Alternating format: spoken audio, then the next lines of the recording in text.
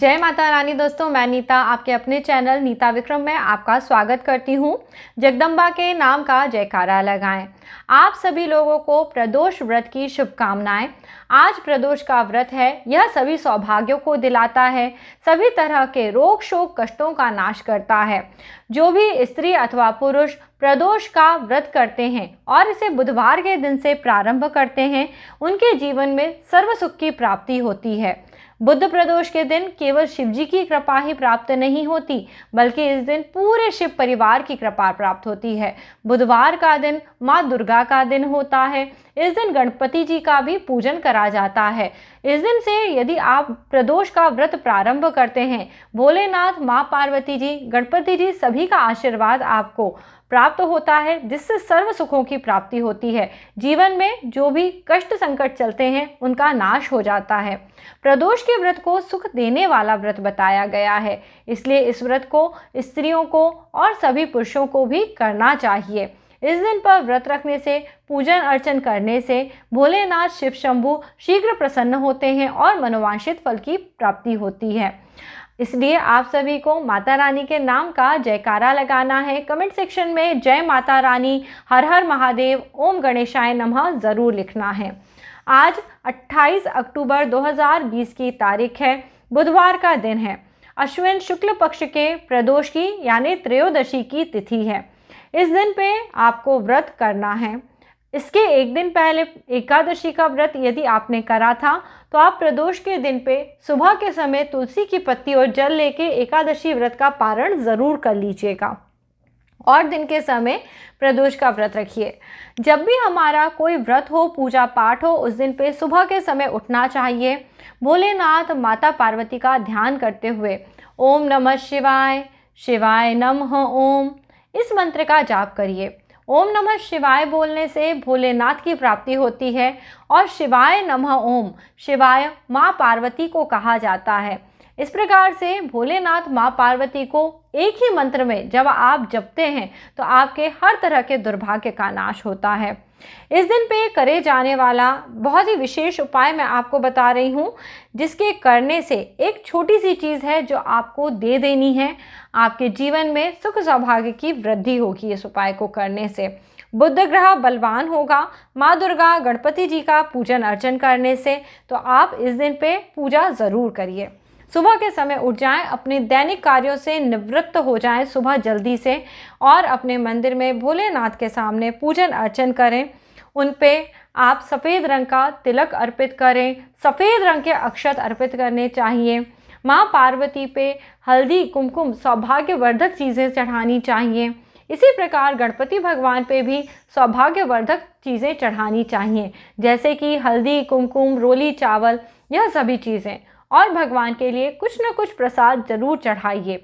मौसमी फलों का प्रसाद चढ़ाना अच्छा होता है, जैसे कि केला, सेब, अंगूर, यह सभी चीज़ें आप प्रसाद में चढ़ा सकते हैं। भोलेनाथ के सामने बैठ के प्रदोष त्रयोदशी व्रत का कथा करना यह भी बहुत शुभ होता है। यदि आपके घर में शिव जी की पिंडी है तो उसका अभिषेक करना चाहिए। गाय का कच्चा दूध ले लीजिए। कई लोगों के घर में गाय का दूध नहीं आता है, तो जो भी दूध आपके घर में या पैकेट वाला भी आता है तो उसका कच्चा दूध लीजिए। उबले हुए दूध से अभिषेक नहीं करा जाता।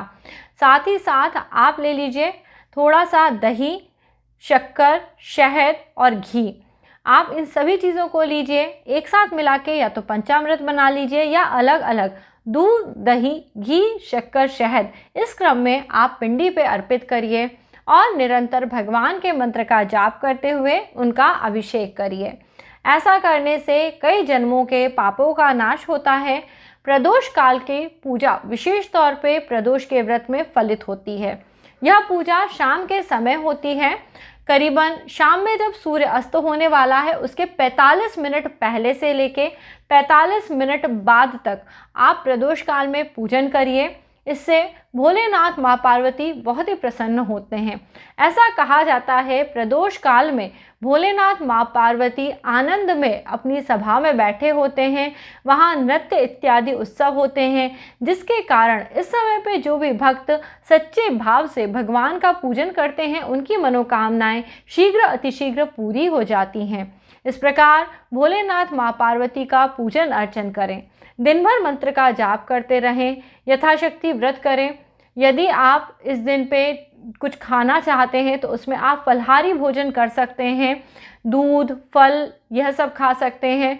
और जिनसे फलाहार के ऊपर व्रत नहीं रखा जाता वो सेंधा नमक का भोजन, कूटू के आटे की पूड़ी या फिर खिचड़ी इत्यादि खा के इस व्रत को करते हैं। कई लोग शाम में एक समय भोजन भी कर लेते हैं। तो जैसा आपका स्वास्थ्य आपको अलाउ करे उस हिसाब से व्रत रखिए। अब इस दिन के दोस्तों विशेष उपाय की बारी आती है। इस दिन पे आप जब सुबह पूजन अर्चन करें तो आप 5 इलायची, 5 सुपारी और 5 मोदक ले लें। क्योंकि यह बुधवार का प्रदोष व्रत है, इन सभी चीज़ों को आप गणेश जी पे अर्पित करें। सुपारी या इलायची में से कोई एक चीज़ ले लीजिए। इलायची बहुत ही अच्छी है क्योंकि उसमें हरा रंग होता है। और इस दिन पे 5 इलायची, 5 मोदक गणेश जी पे अर्पित करने से आपके व्रत में आपको जो भी आपकी मनोकामनाएं होती हैं वह बहुत शीघ्र पूर्ण होती हैं। मोदक न मिले तो मोदक के स्थान पे लड्डू ले लीजिए। इलायची सुपारी में से कोई एक चीज़, मोदक और लड्डू में से कोई एक चीज़, यानी कोई मिठाई और साथ में सुपारी या इलायची 5 की संख्या में लीजिए और इन्हें आप चढ़ा दीजिए। इसके बाद आप अपने घर में इस दिन पे गणेश जी के मंत्र का भी जाप कर सकते हैं। ओम गं गणपतये नमः, ओम गण गणपतये नमः। जिन लोगों की शादी नहीं हो रही है, शादी में रुकावटें आ रही हैं, वह इस मंत्र का विशेष तौर पे यदि जाप करते हैं और प्रतिदिन जाप करते हैं तो आपकी शादी में जो विघ्न बाधाएं आ रही हैं वो दूर हो जाएंगी और मान सम्मान के साथ आपकी शादी हो जाएगी। इस प्रकार से इस व्रत को करना चाहिए। बुधवार का दिन होने के कारण यह पैसों में यानी धन की वृद्धि कराता है। इस दिन आप अपने घर में उत्तर की दिशा में थोड़ा सा पानी भर के जरूर रख दें। हमारे घर की जो उत्तर दिशा होती है ये धनदायी दिशा होती है। इस स्थान पे यदि आप थोड़ा पानी भर के रखते हैं तो आपके घर से दरिद्रता दूर हो जाती है। बुधवार के दिन यदि आपके घर आपकी बेटी है, आपकी बुआ हो, आपकी कोई बहन हो तो उनको आपको कुछ ना कुछ उपहार ज़रूर देना चाहिए। जिन लोगों की पॉकेट जितना अलाउ करे, चाहे तो आप कुछ उन्हें एक टॉफ़ी ला के दे दें, जो भी आपकी पॉकेट अलाउ करे ऐसी चीज़ें आपको ज़रूर देना चाहिए। चांदी का सामान हुआ, टॉफ़ी हुई, कोई भी गिफ्ट आप दे दें जिससे कि वो प्रसन्न हो जाएं। क्योंकि बहन, बुआ और बेटी इनके प्रसन्न होने से घर में माँ लक्ष्मी भी प्रसन्न होती हैं। इस तरह से माँ लक्ष्मी का ध्यान करना चाहिए। इस दिन पे आप शाम के समय जैसा कि मैंने बताया पूजन अर्चन करें। जब पूजन करें शाम के समय दिया जरूर जलाएं, क्योंकि जिस घर में संध्या के समय दीपक जल जाता है, प्रदोष काल में दीपक जल जाता है, वहाँ पे सभी तरह के दुख और कष्ट दूर हो जाते हैं। आपको जो भी आपके घर में दीपक है वो दीपक जला लें, चाहे शुद्ध घी से जलाएं या तिल के तेल से जलाएं। इस प्रकार से आप पूजन करें। हो सके तो इस दिन पे गणेश जी को लाल फूल की माला अर्पित कर दें। लाल फूल की माला गणपति जी को अर्पित करने से आपके जीवन में संकटों से आपको मुक्ति मिल जाती है। भोलेनाथ माँ पार्वती का ध्यान जरूर करिए। इस दिन पे आप विशेष कार्य करिए।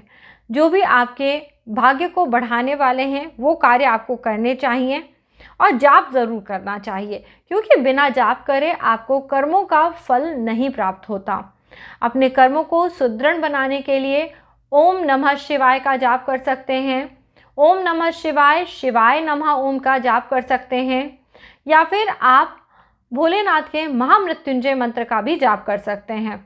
इस जाप के करने से बीमारी, रोग दूर हो जाता है। तो आप ओम होम जूम सहा इस मंत्र का भी जाप कर सकते हैं। यह सब मंत्र मैं पहले भी आपको बता चुकी हूँ। इन मंत्रों का आप जाप करिए। हरी इलायची और जो आपने मिठाई भगवान के पूजा में चढ़ाई है उसे अपने घर के आसपास कन्याएं हो तो कन्याओं को दे दें। यदि कन्याएं ना मिले तो किन्हीं भी छोटे बच्चों को ये मिठाई प्रसाद बांटना चाहिए। इस प्रकार से भोलेनाथ का पूजन अर्चन जरूर करना चाहिए। दिन भर निर्विकार रह के, वासना से मुक्त होके शांत भाव से भोलेनाथ माँ पार्वती का पूजन करिए और इस दिन जो भी आपको मिले भोजन वो ग्रहण करिए।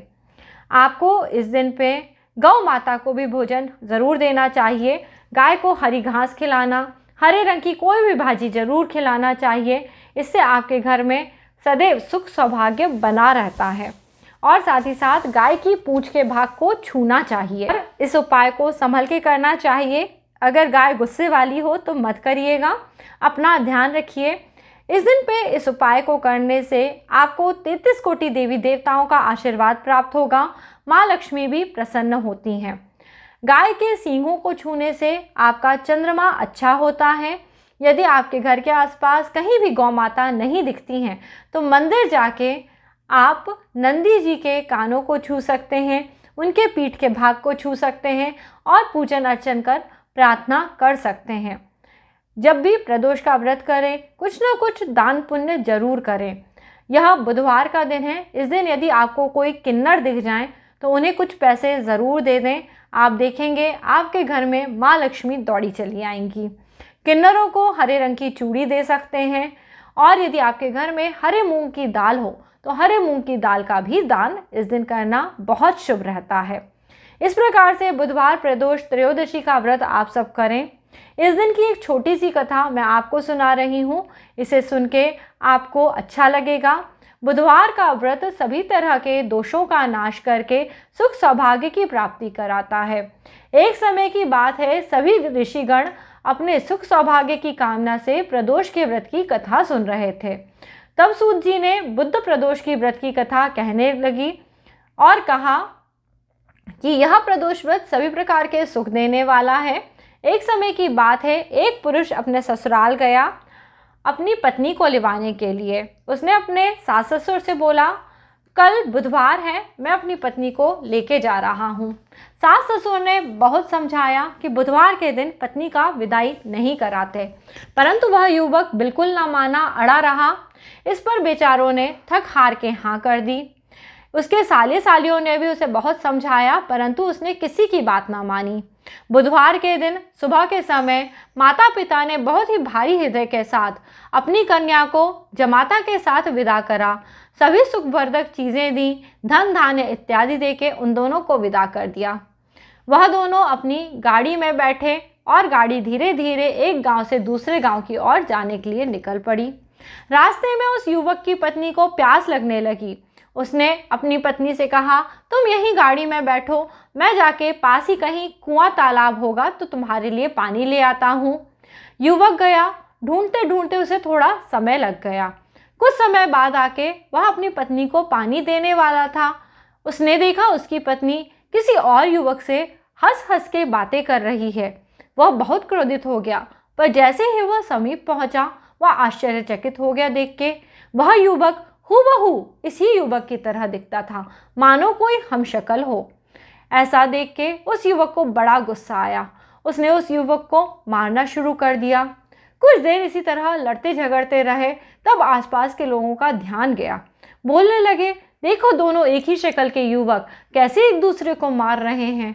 इस प्रकार की चिक पुकार सुन के वहां पे सिपाही आ गया। अब तो इस युवक की जान खतरे में पड़ गई। मन ही मन भोलेनाथ से प्रणाम करने लगा, हे भोलेनाथ, आज मैंने बहुत बुरा कर्म करा है। बुधवार के दिन मैं अपनी पत्नी को विदा करा के लाया हूँ। मेरे ससुर और सास ने सबने मना किया, परंतु फिर भी मैं नहीं माना। कृपा करें हे भगवान, मैं आपका सदैव ही बुद्ध प्रदोष त्रयोदशी का व्रत रखूँगा। इसी के कारण आज मुझे यह दुख मिला है। कृपा करें हे भगवान, इस दिन पे मैं अपने घर में सदैव पूजा पाठ करूँगा। आज इस कष्ट के क्षण में मुझे मुक्त करा लीजिए। इस प्रकार से जब वह मन ही मन प्रार्थना कर रहा था, उसी समय पे उसका जो हमशक्ल दूसरा इंसान था वह वहाँ से लुप्त हो गया। और वह यह देख के चकित हो गया कि केवल कुछ ही क्षण भोलेनाथ से प्रार्थना करने मात्र से उन्होंने उसे इस भारी संकट से बचा लिया। अब दोनों स्त्री पुरुष अपने गांव को पहुँचे। बहुत ही हर्षोल्लास के साथ उन्होंने सभी प्रदोष त्रयोदशियों के व्रत करे, जिसके परिणाम स्वरूप उनके घर में सदैव सुख बना रहा, शांति बनी रही और उन्होंने सभी तरह के सुखों को भोगा और अंत में शिवधाम को गए। आप सब भी बुद्ध त्रयोदशी प्रदोष का व्रत करें। जीवन में सुख सौभाग्य सदैव बना रहेगा। जो लोग इस समय पे किसी भी तरह से कष्ट से परेशान हैं, उन्हें बहुत धैर्य रखने की ज़रूरत है, क्योंकि यह समय बहुत कष्ट का समय है। चारों ओर महामारी फैली है, इसलिए कृपा करके आप बहुत ही श्रद्धा और भक्ति भाव के साथ भगवान का पूजन करें। ये नहीं केवल कि हम पैसे के लिए उपाय कर रहे हैं। जब तक आप अपने भगवान या इष्ट से सच्ची और भक्ति भावना के साथ नहीं जुड़ेंगे, जीवन में बड़े बड़े कष्टों से प्रभु आपको नहीं बचा पाएंगे। इसलिए भगवान के चरणों में अपने सर्वस्व को समर्पित करते हुए प्रदोष त्रयोदशी का व्रत करें। यह व्रत सर्व सुख सौभाग्य कराने वाला है। इस व्रत के करने से भोलेनाथ माँ पार्वती की कृपा प्राप्त होती है, चंद्रमा अच्छा होता है और जीवन में सुख सौभाग्य बढ़ता है। आज की अगर ये कथा आपको अच्छी लगी है तो इसे लाइक कर लीजिए। नीता विक्रम चैनल को सब्सक्राइब करिए यदि अभी तक सब्सक्राइब नहीं करा है तो, और इसी प्रकार के सभी वीडियो देखते रहने के लिए मुझसे जुड़े रहिए। जय माता रानी, सदैव प्रसन्न रहिए। जय भोलेनाथ, हर हर महादेव की जय।